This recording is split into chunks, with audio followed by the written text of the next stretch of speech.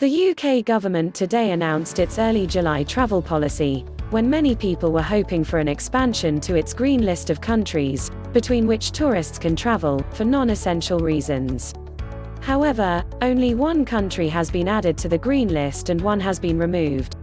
On May 17, the UK government announced that non-essential travel would be possible to a small group of 12 countries, without the need for quarantine upon arrival in the UK. Portugal was later removed in June.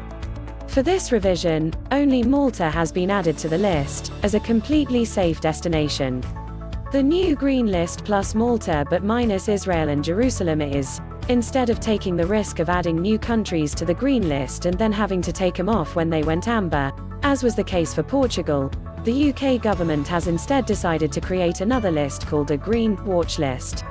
Travel to these is possible and quarantine-free, with the caveat that they may turn amber at any moment, meaning that travellers may have to quarantine upon arrival into the UK.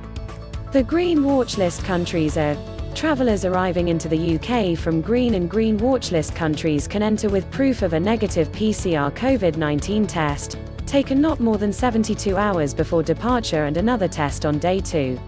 There is no quarantine.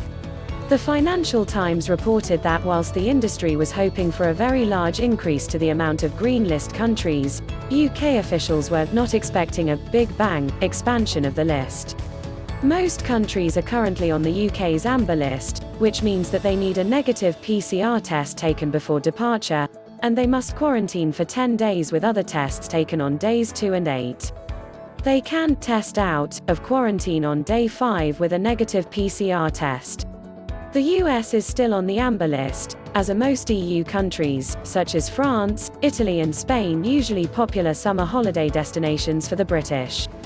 The CEO of Ryanair, Michael O'Leary, had called on the government to include more EU countries, if not all, on this iteration of the green list, saying, "The highly successful UK vaccine rollout has already enabled hundreds and thousands of British families to book their flights to Portugal this summer, and we call on Grant Shapps to include all EU countries in the next revision of the UK's green list."